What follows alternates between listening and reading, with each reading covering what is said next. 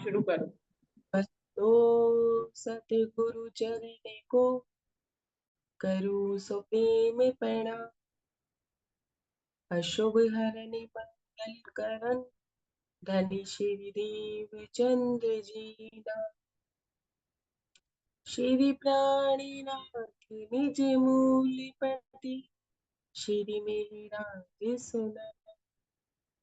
तेज कुंवर श्याम पल पल करो प्रणाम। पिया जी को पल पल करो प्रणाम। श्री प्राणनाथ प्यारी की जय। श्री सदगुरु महाराज की जय। श्री राम रतन महाराज जी की प्रणाम। सुंदर साथ जी, आप सबके श्री चरणों में कोटान कोट दंडवत प्रणाम। सुंदर साथ जी, कैसे महाराज जी ने दूसरे वचन का पालन करने के लिए साधु संगतों की संगति करी और उसके बाद उनको क्या अनुभव हुआ वो धनी ने हमें बताया। लेकिन इसका मतलब यही नहीं था कि अब महाराज जी साधु संगों की सत्संग संग नहीं करें, फिर भी वो उनका संग ही करेंगे, वो सबको देखेंगे भालेंगे, लेकिन अब वो एक सच्चे महात्मा की का संग करेंगे, एक सच्चे साधु का संग करेंगे, जिनकी मंडली में उन्हें कुछ शब्द मिले, उन्हें आगे का कोई रास्ता। प्रणाम जी, हम पढ़ रहे हैं पेज नंबर 44 क्या कह रहे हैं। हम मेदिनीपुर ग्राम पहुंचे। आश्रम था जिनके एक समीप साध मंडली पड़ी हुई थी बाहर आश्रम के नजदीक। क्या कह रहे हैं कि मेदिनीपुर हम पहुंचे, वहां पे भी एक आश्रम था, वहां पे भी साधुओं की मंडली थी, मंडली की मंडली ही आश्रम के नजदीक। जा बैठे एक ब्रह्मचारी थे उस आश्रम के संचालक मात्र। जा बैठे हम भी उबालने खिचड़ी ले अपना। महाराज जी कहते हैं वो साध मंडली को संभाला करते थे वो आश्रम। उस आश्रम में यही कार्य था, साधुओं को शरण दी जाती थी। और उनका संचालक कौन था? एक ब्रह्मचारी, जिसका अपना कोई घर परिवार नहीं था। वो सिर्फ साधुओं की सेवा किया करता था, साधुओं को सामान दिया करता था। जो कच्चा चाहते थे कच्चा, और जो पका हुआ चाहते थे वो पका हुआ। इस तरह से साधुओं की सेवा में लगा रहता। महाराज जी कहते हैं हमें भी, हम जब ब्रह्मचारी के पास गए, उसने हमें भी कच्चा सामान दिया था। हम भी अपनी खिचड़ी उबालने के लिए वहीं बैठ गए, 2 ईंटें बनाई और अपना वहीं पे खाना बनाने लगे। क्या कह रहे हैं आगे। बनी नहीं थी अब तक निज खिचड़ी, एक महात्मा जी आए, हमें भी भोजन दोगे क्या? यह शब्द उन्होंने दोहराए। कहते हैं कि खिचड़ी बन रही थी, मैं थोड़ा अपने निज के बारे में सोचने लगा था, निज खिचड़ी के बारे में भी सोचने लगा था। सुंदर साथी महाराज जी कहते हैं कि इसी एक की आवाज आई। महाराज जी अपनी खिचड़ी बनाने में मस्त थे, इतने में साधु की आवाज आई कि आप हमें भी खाना दोगे, भोजन दोगे। बेखौफ, कैसी आवाज थी वो? बेखौफ, निडर, संकोचहीन, जैसा व्यवहार किया आके हम भी कुछ आकृष्ट हुए उस प्रतिमा के दर्शन पाके। महाराज जी कहते हैं मैंने भी इसकी तरफ देखा नहीं था, लेकिन मुझे आवाज कैसी लगी? बेखौफ, जिसमें कोई डर, मतलब इतनी बुलंद, निडर, कोई डर नहीं था, कोई संकोच भी नहीं था। भाई डर तो बहुत दूर की बात है, कोई संकोच भी नहीं था। तो महाराज जी कहते हैं ऐसा व्यवहार जब मैंने देखा कि महात्मा ऐसा व्यवहार कैसा करते हैं, अगर किसी ने कुछ मांगना होता है तो वो नम्रता से मांगता है, लेकिन ये तो बेखौफ ऐसे मांग रहे हैं जैसे मैंने इनका कुछ देना हो, या मतलब कि उन्हें डर ही नहीं है कि हाँ किसी के सामने किसी से कैसे बात की जाती है। क्या मैं भी उनका इस रूप को देखे ना उनकी तरफ आकृष्ट हुआ, आकर्षित हुआ। कैसे आकर्षित हुआ कि हम तो डरे डरे घूमते हैं कि कुछ हो ना जाए, ये ना हो वो ना हो, तो ये बेवकूफ घूम रहे हैं। है किसका जो पूछ रहे हो, सभी आपका है महाराज। महाराज जी कहते हैं मैंने उसकी तरफ देखा, मैं भी आकर्षित हुआ कि शायद परमात्मा की ही कोई शक्ति कोई रूप लेके मेरे सामने आ गया है। तो मैंने उससे कहा है किसका? आप ही का ही तो है, सब आपने ही तो दिया हुआ है ना। कोई हमसे खाने के लिए कभी पूछता है ना, हम कहते हैं आप ही का ही है जी, घर में भी हम आप ही का ही खाते हैं। इस तरह से महाराज जी नॉर्मल तरीके से कहते हैं। सब आप ही कहिए। जब तक वे पतवार लाए, खिचड़ी भी तैयार हुई।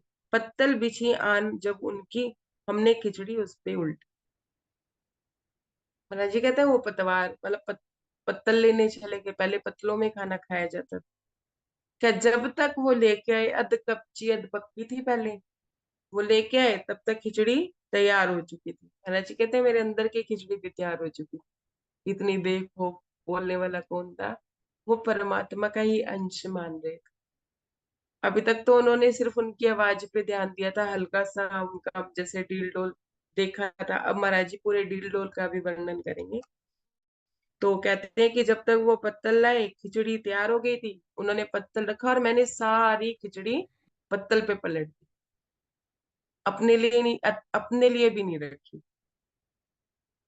क्या कह रहे हैं? उनके रूप का वर्णन कर रहे हैं। भूत जैसा सब रूप का स्वरूप, भूत जैसा सब रूप था। फबन निराली के इंसान, हो विरक्ता प्रतीक जो, लगता था पुरुष तत्वमान। क्या कहते हैं? उनका स्वरूप कह रहे हैं सुंदर साथ जी, सॉरी मैं खुद ही उलझ गई। स्वरूप कह रहे हैं कि कैसा स्वरूप लगता था, कि जैसे मैं उनको देख रहा था कि उनके अंदर भूतनाथ, कि शिव जी की कोई भूतनाथ वाली शक्ति है। भूतनाथ है, निराले ही इंसान थे। मतलब अलग तरह के अंदर से मुझे ऐसा लग रहा था कि उनके अंदर की छवि परमात्मा की, शिव जी के भूतनाथ वाली प्रवृत्ति है। पुरुषत्व मां लगता, विरक्ता लगता, ऐसा लगता था जैसे संसार से विरक्त, कोई सिर्फ मेरे लिए ही आए हैं, मुझसे ही मिलने आए हैं। पुरुष तत्व भी उनका, उनके देखने से ऐसा लग रहा था कि उनका पुरुष तत्व भी महान है। और स्थूल का भी वर्णन करते हैं कैसे? नंगे, धड़ंगे, सिर्फ लंगोटी, लंबा चौड़ा इंसान है सुंदर साथ जी। आंखें बंद करके चितवन करके देखिए। लंबा चौड़ा इंसान, एक लंगोटी पहनी है, कमर पे उन्होंने एक कपड़ा टुकड़ा बांधा हुआ है, एक पिछोरी टाइप कह सकते हो, कुछ भी, गमछा वगैरह। जटा जूट, बस्मी विभूत सा। बाल कैसे हैं? जटा जूट जैसे शिव जी के होते हैं ना, कभी कंगीनी, कभी वो जब जटाएं सी बन जाती हैं, वैसा। और शरीर पे क्या लगाई हुई है? विभूत। मतलब विभूत यहाँ कहते हैं कि वैराग्य का वो एक तरह से संकेत होती है। क्यों? क्योंकि कोई देखे नहीं। अगर विभूति लगा के चलेंगे तो कौन देखेगा हमें? अगर सज धज के चलेंगे तो देखेंगे ना, कि लोग हमें देखे ही नहीं, हमारी तरफ नजर डाले ही नहीं। समकृत उनका मुखड़ा, मतलब चेहरे पे भाव क्या थे? ना किसी के लिए ज्यादा कोई ऐसा लग रहा था कि किसी के प्रेम में है, ना ऐसा लग रहा था कि परमात्मा प्रेम में है, ना ऐसा लग रहा था कि माया प्रेम में है। मतलब समता सी, एक एक सम सा नजर आ, सुंदर सा। अब इस चेहरे को कैसे बयान करूं? थोड़ा करती हूँ। कि जैसे बड़े बड़े महापुरुष होते हैं ना, जैसे गुरु गोविंद सिंह जी हुए, गुरु नानक जी हुए, बुद्ध जी हुए, और भी होते हैं। उनके चेहरे पे कैसे ना हंसी होती है, ना कोई गम होता है, एक असीम सी शांति जैसा होता है। उनको देख के अगर ये अस्तित्व या ये स्वरूप हमारे सामने आए, तो हमें भी एक तरह से शांति होती है। जैसे स्वामी प्राणनाथ जी, इन महाराज जी के स्वरूप में भी अगर हम देखें तो एक मीठी मीठी सी मुस्कान होती है, क्योंकि वो पा चुके होते हैं। तो महाराज जी कहते हैं कि मैं उनकी तरफ आकर्षित हुआ। इससे उनके डील डोल से, उनके अंदर बैठे परमात्मा को मुझे ऐसा लगा कि मेरे शिव जी ही आ गए। सुंदर सा जी, पांच तत्व का शरीर लेके, पेज नंबर 45-45। दृष्टि में भी कुछ कठोर था, शब्दों में तीखापन था, तीखापन सा। पुष्ट पुष्ट लंबा चौड़ा, डील डोल बड़ा बेरब। क्या कह रहे हैं? दृष्टि भी कैसे देख रहे थे? जैसे अघोरी बाबा होते हैं, देखते हैं कठोरता से। प्रेम नहीं, मतलब प्रेम भरी दृष्टि नहीं, कठोरता वाली दृष्टि। चेहरे के भाव उन्होंने अलग बताए, आंखों के भाव उन्होंने अलग बताए। शब्दों में क्या था? प्रेम नहीं था, लेकिन तीखापन। वो तीखापन भी ऐसे नहीं लग रहा था कि हाँ भाई हमें इससे लड़ाई कर रही है, झगड़ा कर रहे हैं। एक अजीब सा मीठा तीखा, बड़ा लंबा था, पुष्ट पुष्ट, मतलब बहुत लंबा चौड़ा था, और हेल्दी भी बहुत ज्यादा था। महाराज जी कहते हैं डील डोल बेढब था। भी कोई डील डोल नहीं बन रहा था कि उसकी कमर अलग दिख रही हो या कुछ पता चल रहा हो। पेट और कमर एक ही जैसे हुए पड़े थे, कुछ नहीं पता चल रहा था, तंदूरा सा पेट था।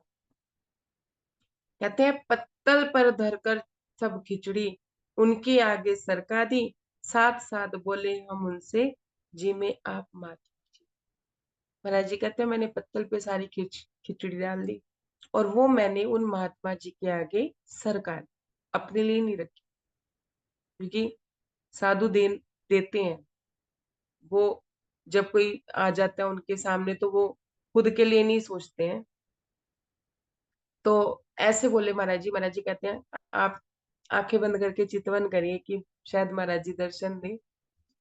तो आंखें बंद करके देखिए, महाराज जी कहते हैं कि मैंने पत्तल पे सारी खिचड़ी डाली और पत्तल का पत्तल ही महात्मा जी के आगे सरका दी। सुंदर साथ जी रात का समय, जब उन्होंने कहा कि महात्मा जी आप जी में, तो उधर से भूतनाथ जी क्या कहने लगते हैं, कहने लगे महात्मा जी तुम भी तो जिमोगे अपने साथ। तो भूतनाथ जी महाराज जी को कहते हैं कि आप भी तो जिमोगे हमारे साथ। महाराज जी ने नाम दिया, ये आगे जाके पता चलेगा, हमें पता है ना, इसलिए मैं भूतनाथ बोल। कहाँ हमें कहा क्यों शर्मिंदा करते हैं आप। महाराज जी कहते जब उन्होंने मेरे को बोला महात्मा जी, तो मैंने उनको कहा भाई क्यों शर्मिंदा करते हो मुझे महात्मा जी कह के, अभी तो मैंने कुछ पाया ही नहीं है, मैं महान आत्मा कैसे हो सकता हूँ। महात्मा तो आप ही हैं, क्या क्यों शर्मिंदा करते हैं आप। गुरु शब्द के संबोधन करके क्यों हमें लज्जाते हैं, गुरु पद के योग्य हमें तो आप ही नजर आते हैं। जब महाराज जी ऐसा कहते हैं तो फिर वो गुरु शब्द से संबोधित करते हैं। तो महाराज जी कहते हैं गुरु शब्द से संबोधित करके आप मुझे क्यों लज्जा रहे, मुझे शर्म आती है कि आप मुझे गुरु कह रहे हो, क्योंकि मैं अभी गुरु बनने लायक नहीं हूँ, क्योंकि मैंने अभी खुद ही नहीं पाया। इतना नहीं बोलते हैं, लेकिन इतना ही बोलते हैं कि आप हम गुरु नहीं है, गुरु कहलाने लायक तो आप है। महाराज जी उन महात्मा जी को कहते हैं हमें ऐसे वचन हमें मत कहिए, आप योग्य हैं पूजने के, हमें लाज आती है अपने ऐसे ऐसे सुन सुन के। महाराज जी कहते हैं कि ऐसे वचन ना कहिए कि मैं गुरु, आप गुरु हो, आप गुरु कहलाने लायक हो, आपका स्थूल भी गुरु कहलाने लायक है। महाराज जी कहते हैं कि मुझे ऐसा सुन के लाज है। हाथ पकड़ अपना जबरन उसने अपने संग बिठलाया, उसी पत्तल पर भोजन दोनों ने साथ साथ खाया। क्या मैं खड़ा था, वो बैठे थे। इतनी देर में उन्होंने मेरा हाथ जबरदस्ती पकड़ा और मुझे बिठला दिया कि नहीं नहीं तुम भी मेरे साथ खाओगे। तो कहते हैं कि हम दोनों ने खाना प्रारंभ किया। अब खाने की लीला का वर्णन करते हैं। उनकी ओर झूठ के दाने चावल में के जा गिर जाते, झट उसे उठाकर लुकमे वे समेट कर खाते। और वो उनका खाने का तरीका क्या था, महाराज जी तो जरा जरा सा खा रहे थे, और कोई दाना अगर चावल का गिर भी जाता तो वो महात्मा जी क्या कर रहे थे कि अपने कोर में वो चावल समेट लेते थे और वो भी खा लेते थे। मतलब महाराज जी की जुटन भी खा लेते। जरा उठा झट में लुक में वे समेट कर खा जाते। ऐसे उच्च महात्मा ने जब जूठा खाना शुरू किया तो हमने भी उनके आगे खाना आरंभ किया। महाराज जी कहते पहले मुझे तो शर्म आ रही थी कि मैं इनके साथ खाऊंगा, इन्हें मैं इन्हें अपना जूठा कैसे अर्पित करूं। तो मैं धीरे धीरे खा रहा था, लेकिन जब उन्होंने मेरे ही चावल के दाने समेट के खाने शुरू कर दिए तो मेरे भी शर्म थोड़ी सी खुल गई कि नहीं, ये भी परमात्मा का अंश है तो मैं इनका शिष्य हूँ। इस तरह की बात सोच के कि मैं भी एक भक्त हूँ, ऐसा सोच के कि मैं अपने भगवान के साथ खा रहा हूँ। और वो महाराज जी कहते हैं कि मैंने भी खाना थोड़ा बहुत खाना प्रारंभ किया, तो हमने भी उनके आगे खाना आरंभ किया। बड़े प्रेम से जी में दोनों आज एक आनंद आया अपार, थोड़ा ही भोजन था लेकिन भर पेट भरे आई दर। क्या कहते हैं महाराज कि मैं अपने परमात्मा के साथ खा रहा था, उनके मन में भी ऐसा कुछ भाव होगा। भोजन तो बहुत कम था लेकिन जो खाने में आनंद आया महात्मा जी के साथ कि पेट भर डकार आ गई। आनंद इतना था, अपार आनंद था, तो पेट भरने की भी कोई चिंता नहीं थी, लेकिन डकार आ। खाने के पश्चात उन्होंने पूछा कहाँ जाएंगे आप। जगन्नाथ की सुन करके बोले हम भी हैं सब। खाने के पश्चात उन महात्मा जी ने महाराज जी से पूछा कि कहाँ जाएंगे। महाराज जी ने कहा कि हम जगन्नाथ जाएंगे। तो एकदम से बोले मैं भी हूँ आपके साथ, हम भी जाएंगे आपके साथ। हम तो खोजते ही थे, सुनते ही झट से हाँ कह दी। अच्छा मिला अपने को सुनते ही सम्मति दे। अच्छा साथ मिला सुंदर साथ जी। अम्मा जी ने बोला अच्छा साथ मिला आपने, साथ ही नहीं बोला कि अब मुझे अच्छा साथ मिला था। मैं तो चाहता ही था कि कोई सच्चा मुच्चा महात्मा मुझे साधु या कोई मिले जो मुझे अपने वचन दे और मेरी आगे की यात्रा। एक सच्चा मुच्चा साथी तब मिला था जब गया में आश्रम में मिले थे। एक सच्चा मुच्चा साथी तब मिला था जब उन्होंने साधु संगत की संगत करनी चाहिए थी। तो महाराज जी इनके लिए भी कह रहे हैं कि मैं तो चाहता ही था कोई मिले, अब आप मिल गए, अच्छा साथ रहेगा। सुनते ही महाराज जी कहते हैं मैंने खुश होकर उनको इजाजत दे दी कि हाँ हाँ आप हमारे साथ साथ ही चलो। आप सुनिएगा ध्यान से। इतने में आए ब्रह्मचारी संचालक उस आश्रम के, महात्माओं के बीच आनकर एकदम से खड़े हुए। सब अपने अपने ध्यान में, सब अपने अपने खाने में लगे हुए थे। एक साधु नहीं था सुंदर साथ जी, बहुत सारे साधु थे। तो एकदम से जो उस आश्रम का संचालक था, वो जो ब्रह्मचारी था, वो आया और उनके बीच में आके एकदम से खड़ा हो गया। क्या बोला सब महात्माओं को? बोले सभी महात्माओं से जितने भी हो तुम इस वक्त, लकड़ी की आवश्यकता है तुमको रहती सक। क्या कहते हैं, संबोधन करते हैं सब महात्माओं से कि जितने भी महात्मा तुम इस समय आश्रम में हो, क्योंकि कोई उस आश्रम में कोई परमानेंट नहीं टिकता था। आया जिसको रात रुकनी है रात रुके, किसी की तबीयत खराब है तो एक आध दिन रुके, ऐसे करके आने जाना का तांता लगा ही रहता था। तो उन्होंने महात्मा जी को क्या बोला कि आप जितने भी है ना इस समय, सबको जितना टाइम रहोगे, लकड़ी की आवश्यकता तो पड़ती है क्योंकि आप लोगों को खाना खुद का खुद ही बनाना होता है, ईंधन की जरूरत पड़ती है। तो कहते हैं कि तुम्हें आवश्यकता रहती है। पेज नंबर 46, आगे महाराज जी इस बात का खुलासा करते हैं लकड़ी की। है कोई तुम में ऐसा जो इतनी करे कृपा करे हम पर, लदे आ रहे हैं राजा की लक्कड़ भर भर गाड़ी पर। क्या कहते हैं कि आप लोगों में से कोई ऐसा है जो कृपा करे, या आप सब लोग मिलके ऐसा कर सकते हैं कि राजा के लक्कड़ के वो जो गड्ढे हैं वो जा रहे हैं, अगर उनमें से एक एक लकड़ी भी उठा ली तो तुम्हारा आपका भी काम चलेगा और आगे जो साधु संत आएंगे उनका भी काम चलेगा, आश्रम की बात बन जाएगी। एक एक लकड़ी की गड्डी अगर उतरवा ली उनकी, तुम लोगों की कठिन समस्या सुलझ जाएगी इंद्र। कहते हैं कि तुम्हें खाना बनाने की तुम्हारी समस्या सुलझ जाएगी। धुने में धुने सबके सुलग जाएंगे, हम भी आश्रम में रखने, काम तुम्ही लोगों का है सब इतनी कृपा। क्या कहते हैं आश्रम के संचालक कि आप लोगों के धुने भी सुलग जाएंगे। कई लोग धुना पीते थे, या धुना क्या होता है सुंदर साथ जी, कई लोग पीते भी थे और कई लोग आग जला के उसके पास बैठ रहते थे अपनी बस्ती से। तो वो लकड़ियां भी जलती थी। तो क्या कहते हैं कि जितनी आपको जरूरत पड़ेगी, ठीक है, आप हम पे इतनी कृपा करो कि आप ये समझो कि आप अपने लिए नहीं मेरे पे कृपा कर रहे हो, ये समझ के। आगे सुनिए, वहां पे साधु संती थे और कोई नहीं था।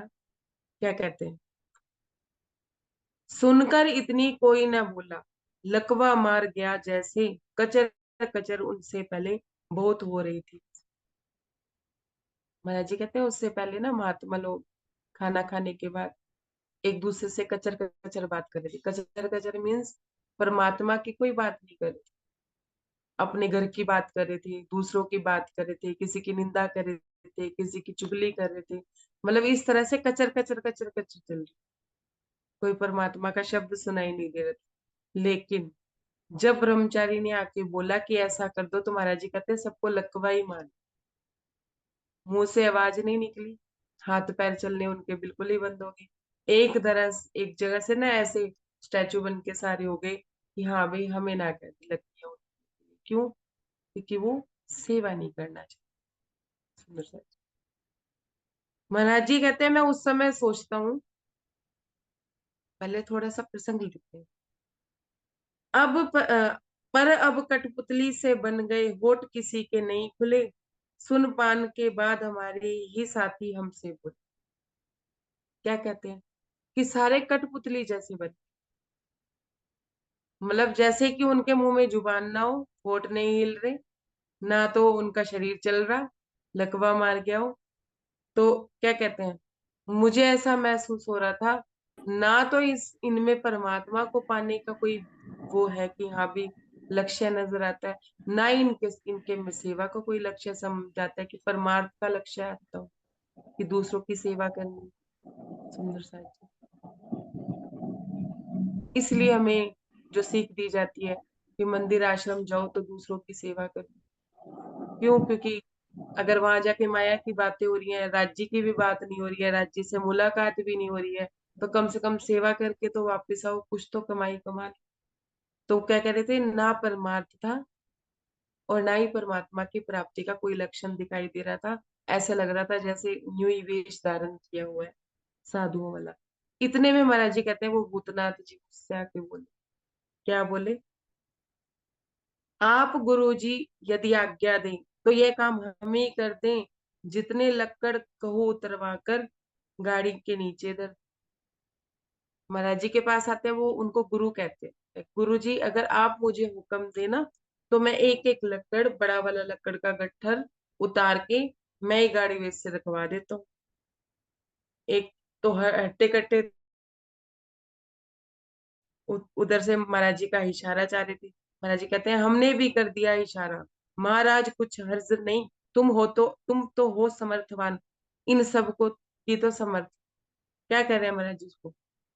मैंने भी हल्का सा इशारा कर दिया और इशारे से ही बोल रहे हैं, कोई हर्ज नहीं है इसमें। और फिर क्या कह रहे हैं कि तुम समर्थवान हो, तुम अगर बड़ी लकड़ी का गट्ठर होगा तो तुम उठा लोगे, लेकिन ये लोग तो नहीं उठा पाएंगे, फिसड़ है, मतलब कोई मेहनत मेहनत इन्होंने की नहीं है, तो इनसे होगा भी नहीं। कृपा आप ही के आश्रम में लकड़ी एकत्रित होगी, बड़ा प्राप्त होगा यश, इससे आश्रम की सेवा हो। महाराज जी उसको जरा सा और उठा देते हैं। क्या कहते हैं, अरे भाई आश्रम में आपका यश होगा, जब यहाँ पे कोई लकड़ियां उठा के उसको इस्तेमाल करेगा तो ये होगा उन महात्मा जी ने लकड़ियां उतारी थी, यश भी होगा और साथ में इस आश्रम की सेवा भी हो जाएगी।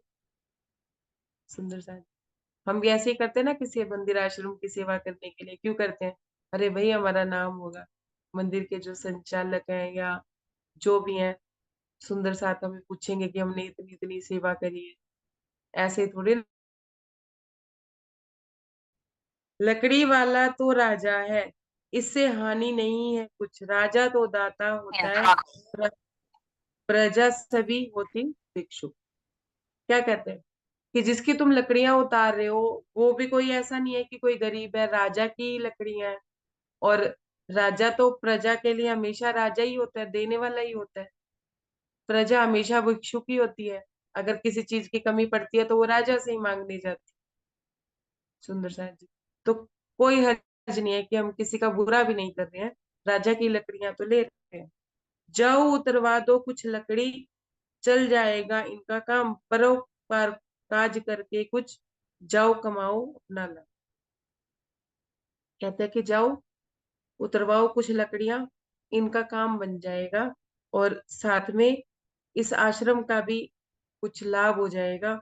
ऐसे ही परोपकार परोपकार करोगे, दूसरों का सहायता करोगे तो कमाल का नाम भी कमा।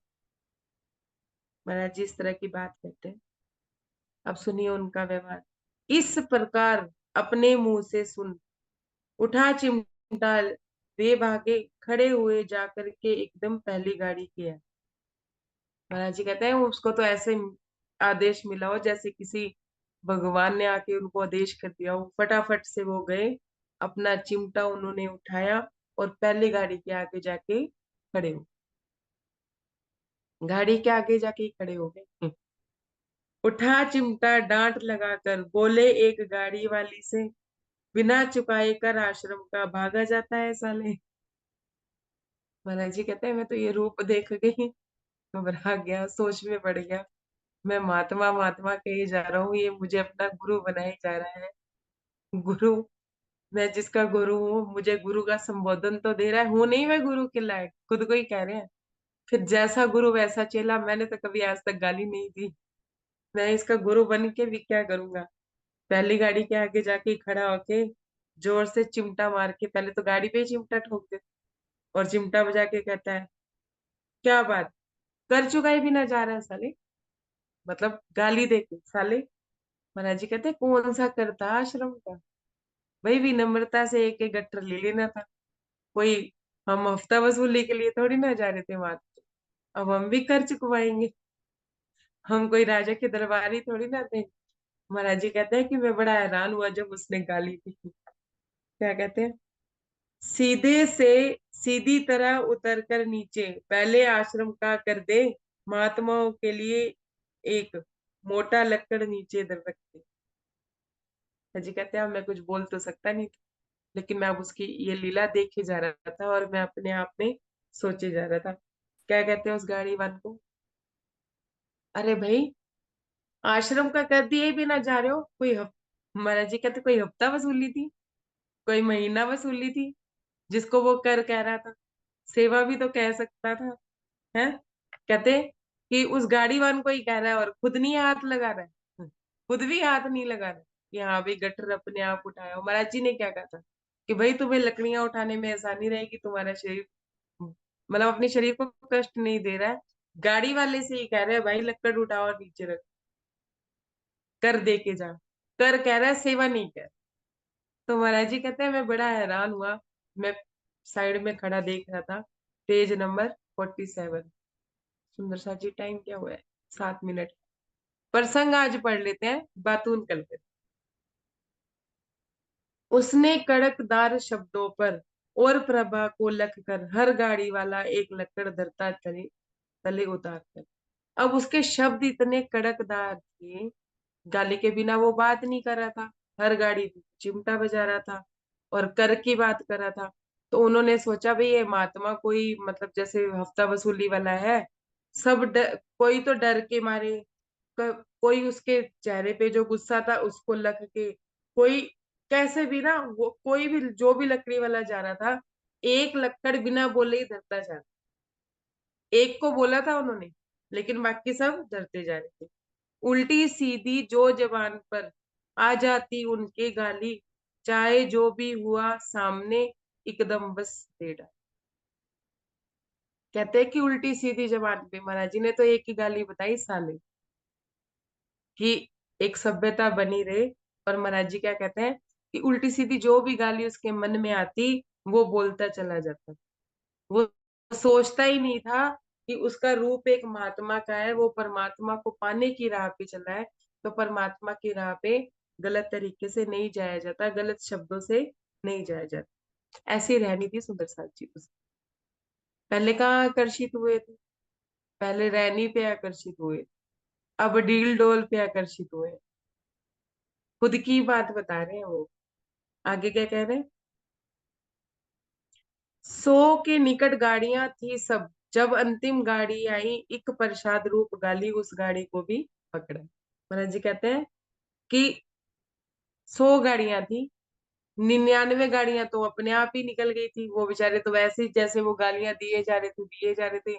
तो सब लोग गाड़ी वाले ये सोच रहे थे भाई गाली सुनने से तो अच्छा है एक गट्ठर रख दो, अपना क्या जाता है, एक तो राजा की प्रॉपर्टी, जनता ले रही है, तो हमारा तो बीच में पर्सनल तो कुछ गया ही नहीं ना।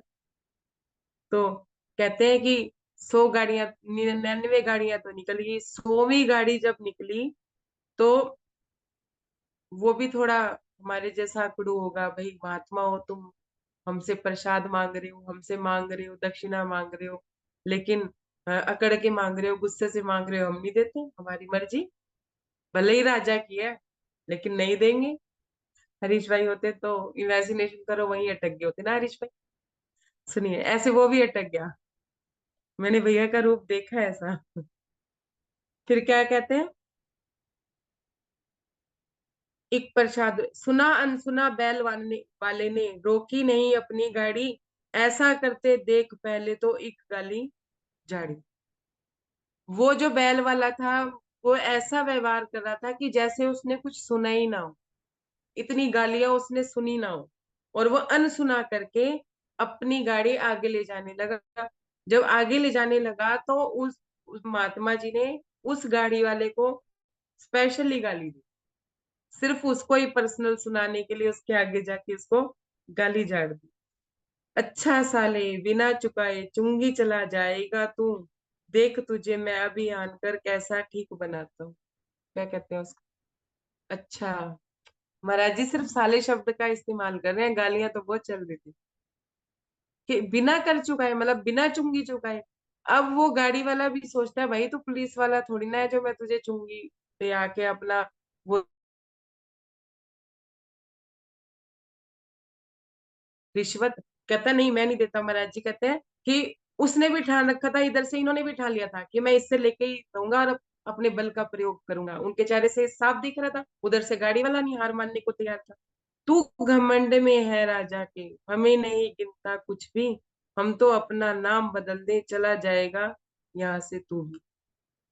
क्या कहते हैं हम? अब तंत्र पंत चल नहीं रहा, उधर वो अड़ा हुआ है, इधर ये अड़े हुए हैं। और भूतनाथ जी क्या कहते हैं? अच्छा, राजा की गाड़ी है, राजा का घमंड है तुझे कि तू राजा का दरबारी है या उसका सेवक है, इस बात का घमंड कर रहा है। मेरा भी तो नाम बदल देना, अगर मैंने तुझे ऐसे जाने दी। जाने तो तुम्हें मैं भी ऐसे नहीं दूंगा। क्यों? क्योंकि मैं भी किसी राजा को मानता हूँ। ठीक है, मेरा भी कोई राजा है। एक चिमटा गाड़ी में जाते ही पहले मार दिया, फिर जाकर गाड़ी के पीछे एक हाथ से थाम ली। पहले तो जाते ही गाड़ी पे जोर से चिमटा मारा कि हाँ अब बता तू कैसे जाएगा, तो अपने आप को समझता क्या है कि मेरा कोई राजा नहीं है। ऐसा कह के सुंदर साथ जी उन्होंने गाड़ी पीछे से ऐसे एक हाथ से पकड़ ली। और डील डोल तो मजबूत था ही, मजबूत भी मजबूत था, आलू खा के थोड़ा बड़ा था। तो फिर क्या कहते हैं कि मतलब फोका नहीं था, कुछ पावर थी उसमें परमात्मा की, कि कुछ दी हुई चीज दिखाई दे रही थी उनकी, कुछ डील डोल में भी और उनकी आभा में भी दिखाई दे रही थी कि उनको उस वस्तु का घमंड, अहंकार था कि मुझे ये परमात्मा से मिला हुआ है। और महाराज जी ये सोचने लग गए कि अगर इसमें शक्ति ना होती ना, परमात्मा की कोई जीव दी हुई वस्तु ना होती, तो ये इस तरह का व्यवहार भी नहीं करता। वस्तु तो ले ली लेकिन अहंकारी है। महाराज जी यहाँ भाप गए उनकी परिस्थिति को।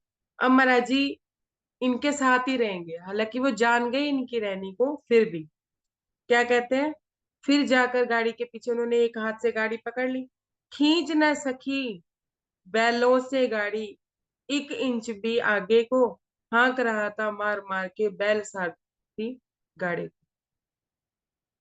कहते हैं महाराज जी कि जब उसने एक हाथ से गाड़ी पकड़ ली तो बैल गाड़ी नहीं खींच पाए, और उधर से जो गाड़ी चलाने वाला है वो बैलों को मारे जा रहा है, मारे जा रहा है, लेकिन बैल एक इंच भी नहीं हटा। इतना बल था उनमें भूतनाथ जी। खाली शारीरिक बल नहीं था, कुछ उन्होंने ऐसा पाया भी हुआ था कि वो इतनी बड़ी गाड़ी को हैंडल कर लेते। पर सर की नहीं गाड़ी